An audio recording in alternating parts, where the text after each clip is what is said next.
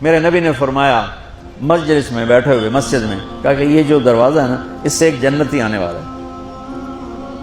تو لوگوں نے دیکھا ایک مدینے کے مقامی آدمی ذرا بوڑھے، وہ مسجد میں اندر آئے، داڑھی میں وضو کا پانی، ہاتھ میں جوتا، نماز میں شریک ہو گئے۔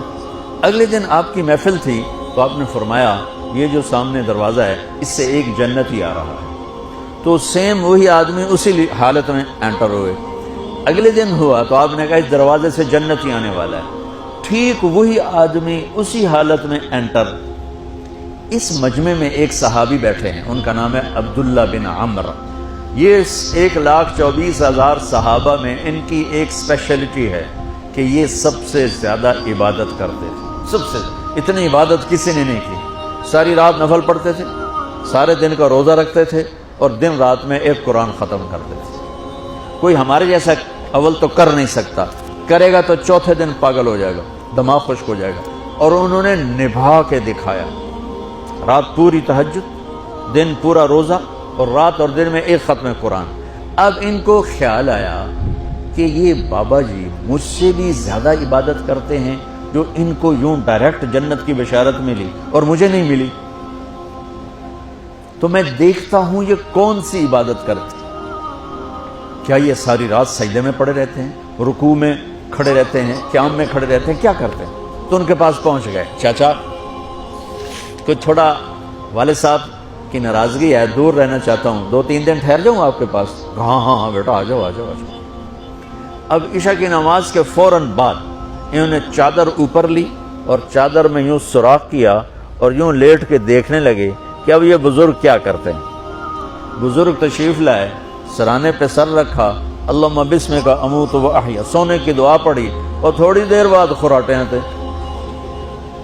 بڑے حیران ہوئے، بھئی میرا تو خیال ہے یہ ساری رات سجدہ کرے گا تو رو رو مصلی تر کر دے گا، یہ تو خراٹے چون جاندے نہ ہو جا رہے ہیں۔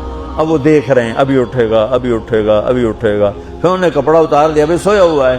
وہ فجر کی اذان پہ اٹھے اور ان کا دماغ چکر کھا گیا، بھئی اے کی بڑی تہجد دے 2 نفل بھی نہیں تو جنت دی بشارت 3 دن کٹھی۔ انہوں نے کہا کل دیکھوں گا، کل شاید کچھ اور کریں گے۔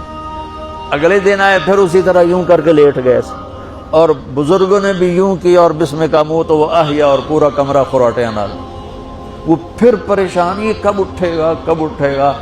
فجر کی اذان پہ اٹھے تو اور ان کی حیرت بڑھ گئی، کہنے والا سچا، اس کے بات کو تو چیلنج ہو نہیں سکتا، وہ محمد مصطفیٰ ہیں، لیکن یہ چکر کیا ہے، یہ جنت مل کیسے رہی ہے؟ چلو ایک رات اور صحیح۔ تیسری رات آئے، یہ یوں لیٹے وہ یوں لیٹے، یہ دیکھتے رہے وہ سوتے رہے، حتیٰ کہ فجر کی اذان پہ آنکھ کھلی تو یہ نا پھٹ پڑے، کہنے لگے چاچا بات بتاؤں؟ کہنے کیا ہے؟ کہ میری کوئی جھگڑا نہیں تھا ابا سے، میں نے 3 دن مسلسل تیرے بارے میں سنا جنتی آ رہا، 3 دن تجھے اللہ کے نبی نے بشارت دی جنتی ہے جنتی ہے جنتی ہے، لیکن میں اس بات پہ حیران ہوں تو ساری رات سوتا رہتا۔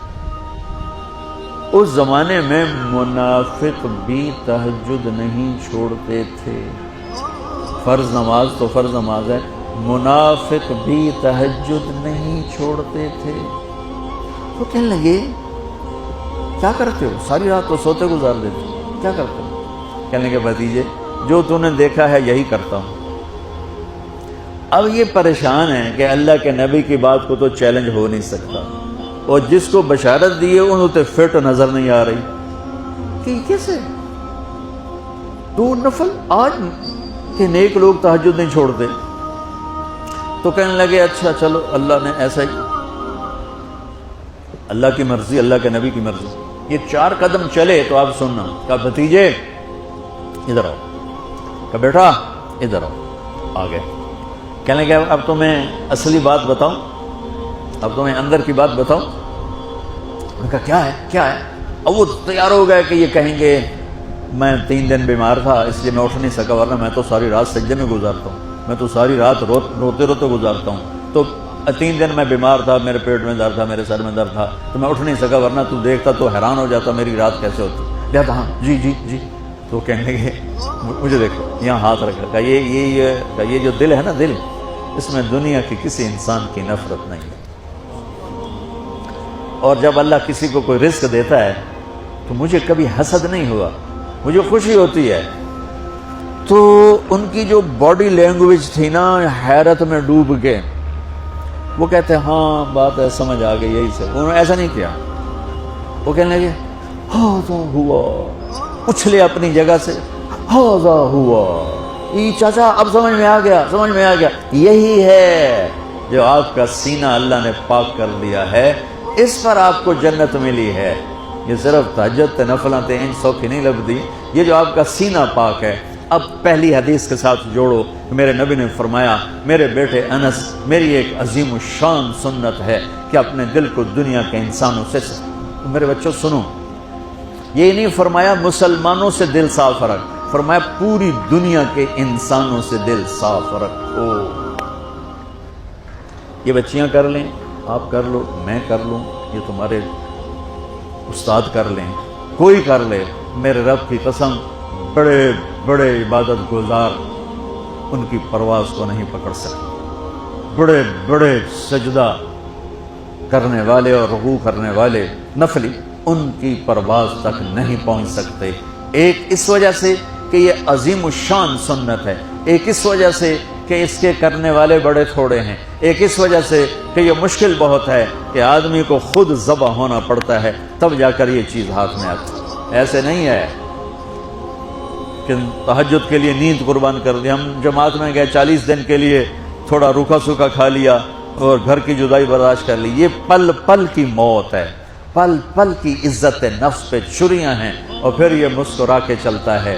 یہ مقام اسے جبریل سے بھی اوپر لے جاتا ہے۔